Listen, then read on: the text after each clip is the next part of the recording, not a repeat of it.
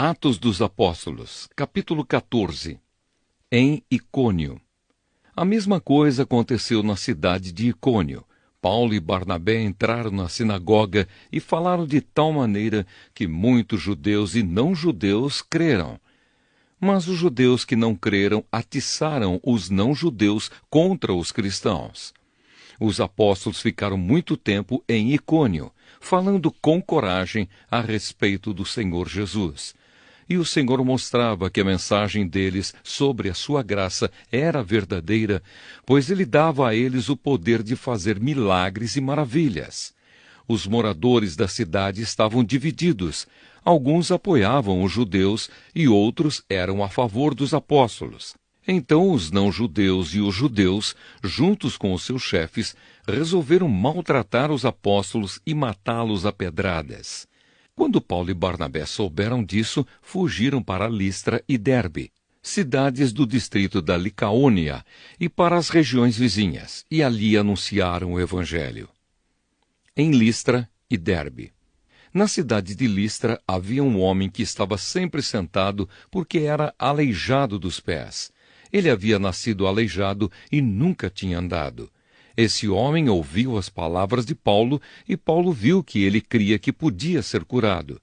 Então olhou firmemente para ele e disse em voz alta: "Levante-se e fique de pé." O homem pulou de pé e começou a andar. Quando o povo viu o que Paulo havia feito, começou a gritar na sua própria língua: "Os deuses tomaram a forma de homens e desceram até nós." Eles deram o nome de Júpiter a Barnabé e o de Mercúrio a Paulo, porque era Paulo quem falava. O templo de Júpiter ficava na entrada da cidade, e o sacerdote desse deus trouxe bois e coroas de flores para o portão da cidade.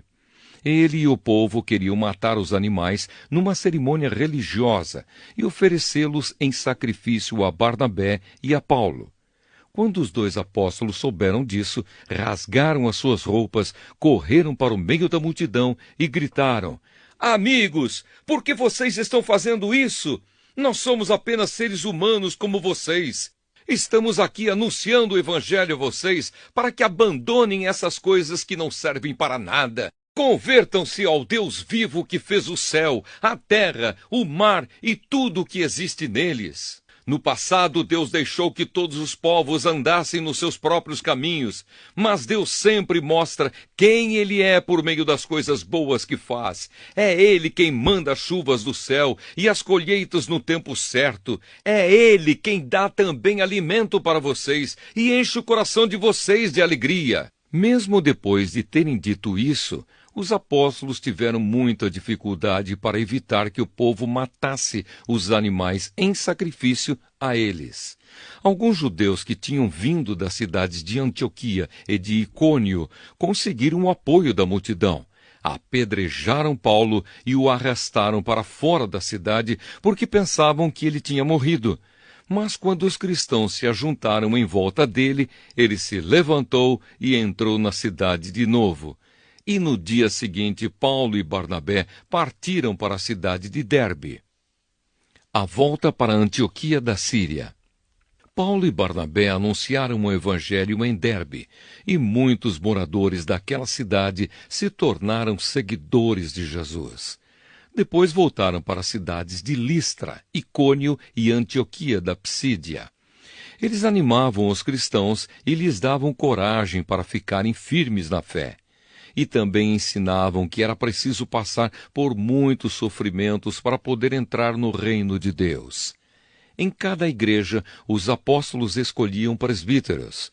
Eles oravam, jejuavam e entregavam os presbíteros à proteção do Senhor em quem estes haviam crido. Então Paulo e Barnabé atravessaram o distrito da Psídia e chegaram até a província da Panfilha, anunciaram a palavra em Perge e depois foram para o porto de Atália. Dali foram de navio para Antioquia da Síria, onde eles haviam sido entregues aos cuidados de Deus para o trabalho que agora estavam terminando.